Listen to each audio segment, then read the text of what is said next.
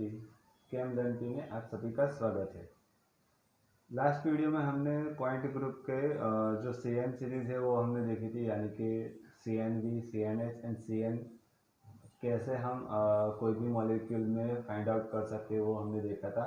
आज हम देखने वाले हैं DNH, DND एंड DN, यानी कि मॉलिक्यूल में अगर कब DNH होगा, कब DND होगा, कब DN होगा, वो हम देखने वाले हैं। सबसे मोस्ट इम्पोर्टेंट पॉइंट यहाँ पे ये आता है, अगर आपको पॉइंट ग्रुप फाइंड आउट करना है एंड कोई भी मॉलिक्यूल में कब CNV, CNH, CN होगा या DNH, DND और DN होगा, वो आपको पता करना है। तो उसमें सबसे मोस्ट इम्पोर्टेंट जो एक पॉइंट है वो ये है कि अगर आपके मॉलिक्यूल में अगर सब्सिडरी एक्सिस एब्सेंट होती है, यानी कि जो C2 एक्सिस होती है वो अगर एब्सेंट होती है, तो उसका जो पॉइंट ग्रुप स्टार्ट होता है वो स्टार्ट होता है आपका C से, यानी कि CNV, CNH और CN, तीन में से कोई भी एक हो सकता है। अगर सब्सिडरी एक्सिस यानी कि C2 प्रेजेंट होती है, यानी कि MC2 प्रेजेंट होती है, जितनी भी एक्सिस ऑफ सिमेट्री प्रेजेंट होती है उतनी ही C2 प्रेजेंट होती है, तो उसमें जो पॉइंट ग्रुप स्टार्ट होगा वो स्टार्ट होगा आपका D से, यानी कि DNH, DND और DN, तीन में से कोई एक हो सकता है। ये सबसे बड़ा डिफरेंस है C और D जो पॉइंट ग्रुप स्टार्ट होता है उसके बीच में। तो आज स्टार्ट करने वाले हैं हम DNH, DND और DN, यानी कि जिस मॉलिक्यूल में सब्सिडरी एक्सिस प्रेजेंट होती है उसका पॉइंट ग्रुप हम फाइंड आउट करेंगे। सबसे पहले हम स्टार्ट करने वाले हैं DNH, यानी कि DNH होने के लिए सबसे पहले तो हमें उसमें क्या क्या प्रेजेंट होना चाहिए। तो सबसे पहले तो उसमें एक्सिस होनी चाहिए, यानी कि CN होना चाहिए। देन सब्सिडरी एक्सिस CN2 होना चाहिए, NCl2, प्लस उसमें सिग्मा V होना चाहिए और सिग्मा H होना चाहिए। N सिग्मा V होगा यहाँ पे, क्योंकि जितने भी एक्सिस ऑफ सिमेट्री प्रेजेंट होते हैं उतने ही axis of plane of symmetry present होता है वर्टिकल, एंड सिग्मा H एक ही होता है, तो इतना प्रेजेंट होना चाहिए। अगर इसमें सिग्मा V एब्सेंट है, अगर इसमें सिग्मा V एब्सेंट है, सॉरी, इसमें अगर सिग्मा H एब्सेंट है तो सिग्मा V को हम सिग्मा H कैलकुलेट कर सकते हैं, यानी कि इसमें सिग्मा H प्रेजेंट नहीं है, एब्सेंट है, और सिग्मा V प्रेजेंट है, तो सिग्मा V को सिग्मा H हम कैलकुलेट कर सकते हैं और उसका पॉइंट ग्रुप DNH हो सकता है। ओके, तो स्टार्ट करते हैं। इसके लिए मैंने एक मॉलिक्यूल ले लिया BF3, यानी कि बोरॉन, क्लोरीन, क्लोरीन, ऐसे मैंने एक मॉलिक्यूल ले लिया। ओके, तो आप सभी को पता है BF3 का जो एक्सिस ऑफ सिमेट्री है वो कौन सी होगी, यहाँ पे उसकी एक्सिस ऑफ सिमेट्री होगी C3Z, यानी कि यहाँ से उसका एक्सिस ऑफ सिमेट्री होगी C3Z। नंबर ऑफ रोटेशन कितना होगा उसका, 3, यानी कि 120 डिग्री रोटेशन होगा उसका। अब उसके अलावा यहाँ पे हमें देखना है C2 एक्सिस, तो C2 एक्सिस कहाँ कहाँ से प्रेजेंट हो सकती है। तो हम सभी को पता है, जो हमने एक्सिस ऑफ सिमेट्री सबसे पहले फाइंड आउट किया था उसमें हमने देखा था। अगर अभी तक आपने वो वीडियो नहीं देखा है तो प्लीज़ यहाँ पे लिंक दी गई है, वहाँ से आप देख लो तो आपको पता चल जाएगा, और डिस्क्रिप्शन में भी लिंक दी गई है तो वहाँ से भी आप चेक कर सकते हो। तो C2 एक्सिस कहाँ कहाँ से हो सकती है, तो एक C2 एक्सिस होगी यहाँ से, C2 एक यहाँ से हो सकती है C2, एंड एक यहाँ से हो सकती है C2। 3 C2 यहाँ पे प्रेजेंट है, यानी कि सबसे पहले क्या प्रेजेंट है, C3Z प्लस 3C2, यानी कि उसका जो पॉइंट ग्रुप स्टार्ट होगा वो D से होगा, क्योंकि उसमें सब्सिडरी एक्सिस प्रेजेंट है। अब उसके अलावा उसमें क्या प्रेजेंट है, तो हमें देखना है वर्टिकल प्लेन ऑफ सिमेट्री, यानी कि जो Z अक्ष के ऊपर से होता है वो, तो एक यहाँ से होगा, यानी कि मैं आपको प्रैक्टिकल करके बताऊँ तो कहाँ से हो सकता है, तो एक यहाँ से होगा, ओके, देन एक यहाँ से हो सकता है और एक यहाँ से हो सकती है। यानी कि जहाँ से भी C2 एक्सिस प्रेजेंट है वहीं से आपकी एक प्लेन ऑफ सिमेट्री प्रेजेंट है, यानी कि sigma we and sigma we, 3 sigma we यहाँ पे प्रेजेंट है। यानी कि मैं यहाँ पे लिख सकता हूँ 3 सिग्मा वी। अब उसके अलावा क्या प्रेजेंट है, तो हमें देखना है सिग्मा एच यानी कि हॉरिजॉन्टल, आपकी जो प्रिंसिपल एक्सिस है उसके हॉरिजॉन्टल प्लेन होना चाहिए। अगर वो हॉरिजॉन्टल प्लेन आपको मिलता है तो उसमें प्लेन ऑफ सिमेट्री प्रेजेंट है, अदरवाइज एब्सेंट है। तो आपकी जेड एक्सिस यहाँ से है, अगर मैं ऐसे कट करता हूँ, जेड एक्सिस यहाँ से है आपकी ऐसे, तो अगर मैं ऐसे कट करता हूँ तो आपको प्लेन मिल रहा है, यानी कि सभी एटम है वो हाफ हाफ कट हो गए, और हाफ हाफ कट हो गए तो आपको रिफ्लेक्शन देखने को मिलेगा, यानी कि उसमें सिग्मा एच प्रेजेंट है, ओके। देन दूसरा क्या प्रेजेंट हो सकता है, तो दूसरा होगा उसमें ई। हम सभी को पता है कि ई तो सब में प्रेजेंट होता है। तो इसके ऊपर से आप देख सकते हो कि अगर आपके मॉलिक्यूल में CN plus NC2 plus N sigma we plus sigma H अगर प्रेजेंट होता है तो उसका जो पॉइंट ग्रुप होगा वो होगा आपका D3H। अब D3 क्यों लिखा, क्योंकि axis of symmetry number of rotation 3 है, इसलिए मैंने D3H लिखा है। तो यहाँ से हमें एक पता चल जाता है।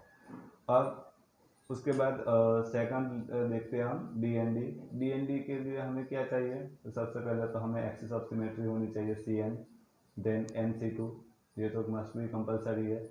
अब उसके अलावा अगर उसमें सिग्मा वी एब्सेंट है और उसके साथ साथ सिग्मा एच भी एब्सेंट है पर सिग्मा डी प्रेजेंट है, तो उसका जो पॉइंट ग्रुप होगा वो स्टार्ट होगा DND से, ओके। तो उसके लिए एक एग्जांपल देख लेते हैं।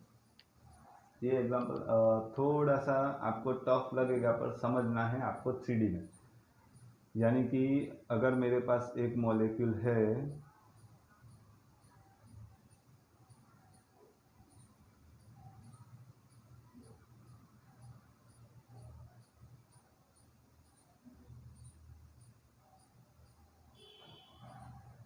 इथेन है, हमारे पास इथेन मॉलिक्यूल प्रेजेंट है। अब इथेन मॉलिक्यूल एक्चुअल में होता है ऐसे ही है, ठीक है। उसमें एक हाइड्रोजन प्लेन में होता है, एक कार्बन पे, दूसरा दो बैक साइड फ्रंट साइड, जैसे कि यहाँ पे दिखाई दे रहा है कि ये जो हाइड्रोजन है वो प्लेन में है, ये फ्रंट साइड है, बैक साइड है। वैसे ही ये बैक साइड है, फ्रंट साइड है प्लेन में। यानी कि सिंपल मैं आपको बताऊं तो ये ऐसा होगा, ये आपका बैक साइड, ये आपका बैक साइड, ये फ्रंट साइड, ये और प्लेन में ऐसे ही ऐसे दिखेगा। और वैसे ही यहाँ पे दूसरा होगा प्लेन में, back side, front side, okay. अब मेरी जो एक्सिस ऑफ सिमेट्री होगी वो कहाँ से होगी, सबसे पहले बात, अगर मैं उसे यहाँ से जेड अक्ष के ऊपर से यहाँ से रोटेट करता हूँ तो क्या होगा, ये पूरा रोटेट होगा, यहाँ से रोटेट होके यहाँ पे आएगा, और यहाँ पे जो होगा वो यहाँ पे आएगा। यानी कि अगर रोटेशन में यहाँ से करता हूँ तो ये जो पूरा होगा ये रोटेट होके यहाँ पे आएगा, ये रोटेट होके यहाँ पे आएगा, और ये जो हाइड्रोजन है वो रोटेट होके यहाँ पे फिर से प्लेन में आ जाएगा। यानी कि यहाँ से मुझे जेड अक्ष के ऊपर से एक्सिस ऑफ सिमेट्री मिल रही है।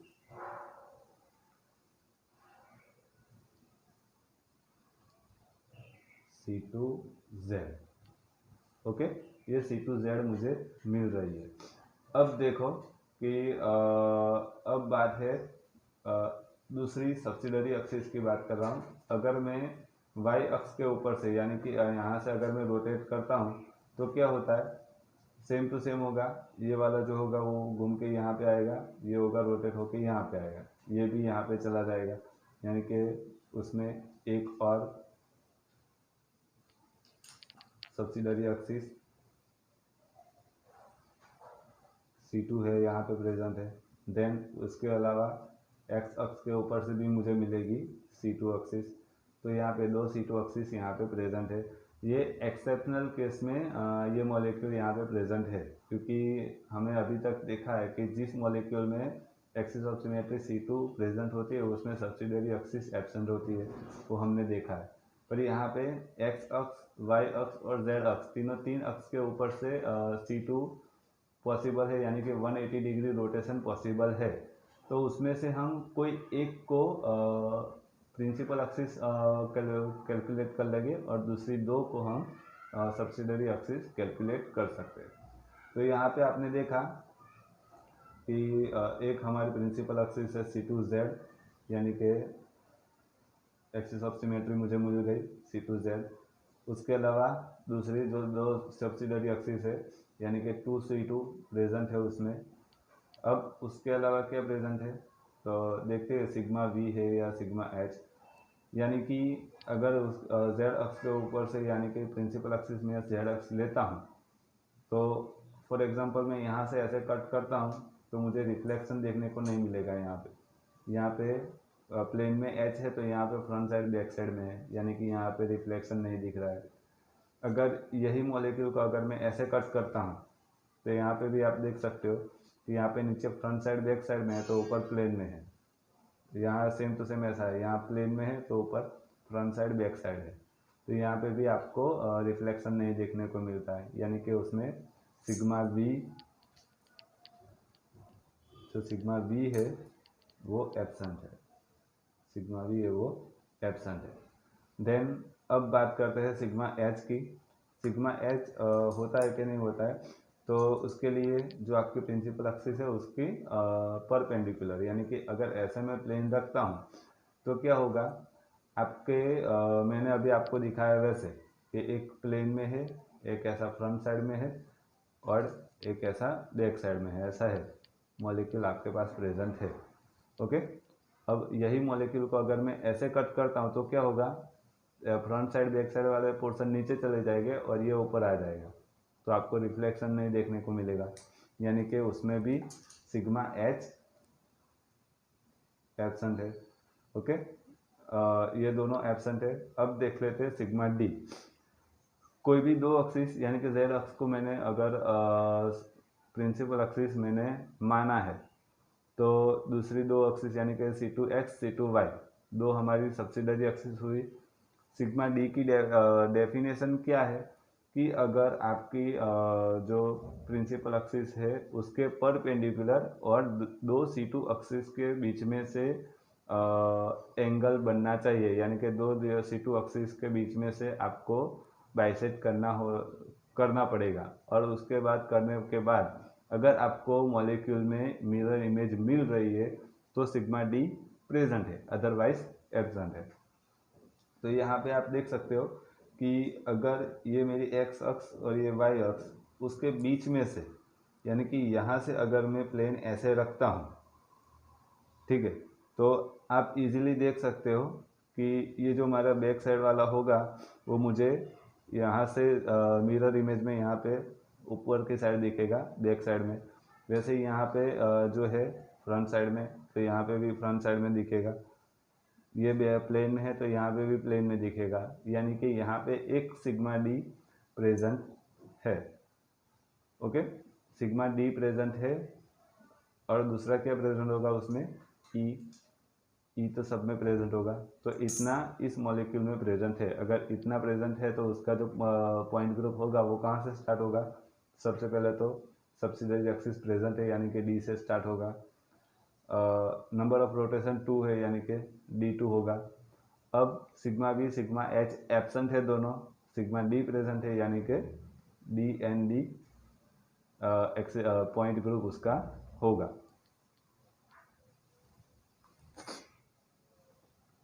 अब उसके अलावा नेक्स्ट है DND,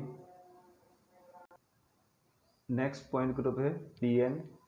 अब कोई भी मॉलिक्यूल में DN कब होगा, तो उसके लिए रूल्स है कि उसमें सबसे पहले तो एक्सिस ऑफ सिमेट्री होनी चाहिए, एंड सब्सिडरी एक्सिस प्रेजेंट होनी चाहिए, यानी कि NC2 होना चाहिए। देन उसके अलावा मे बी पॉसिबल कि ई सब में होगा ही होगा, तो ई की तो हमें कोई बात नहीं करनी है, पर सबसे मोस्ट इम्पोर्टेंट उसमें एक्सिस ऑफ सिमेट्री और सब्सिडरी एक्सिस प्रेजेंट होना चाहिए। उसके अलावा जो प्लेन ऑफ सिमेट्री है, sigma we, sigma H, sigma D, अगर तीन उसमें एब्सेंट होती है तो उसका जो पॉइंट ग्रुप होगा वो DN से स्टार्ट होगा। उसके लिए एक एग्जांपल है हमारे पास, COEN थ्राइस +2, ये हमारे पास एक मॉलिक्यूल प्रेजेंट है, कोऑर्डिनेशन कंपाउंड है। तो अगर उसमें मुझे axis of symmetry, plane of symmetry यानी कि पॉइंट ग्रुप फाइंड आउट करना है तो कैसे करेंगे? तो सबसे पहले उसका जो मॉलिक्यूल होगा वो कैसे दिखेगा, तो उसके लिए ये 3 जो बॉन्ड होंगे वो आपके फ्रंट साइड हो गए ऐसे, और 3 बॉन्ड हो गए वो ऐसे बैक साइड हो गए।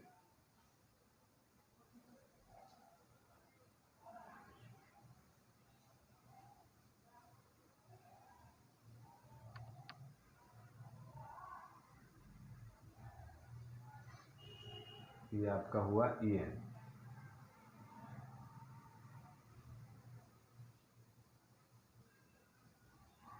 और नाइट्रोजन है तो आप सभी को पता है कि नाइट्रोजन 3 बॉन्ड बना सकते हैं, और यहाँ पे 2 बॉन्ड ही है, एक सब में एक एक है, और दूसरा बॉन्ड होगा वो ऐसे नाइट्रोजन नाइट्रोजन एक दूसरे के साथ बॉन्ड बनाए होंगे ऐसे।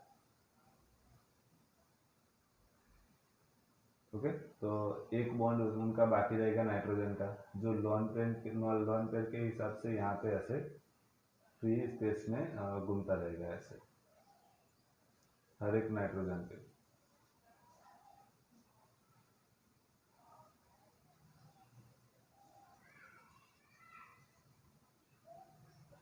ऐसे हर एक नाइट्रोजन पे ऐसे लॉन पेयर होगी।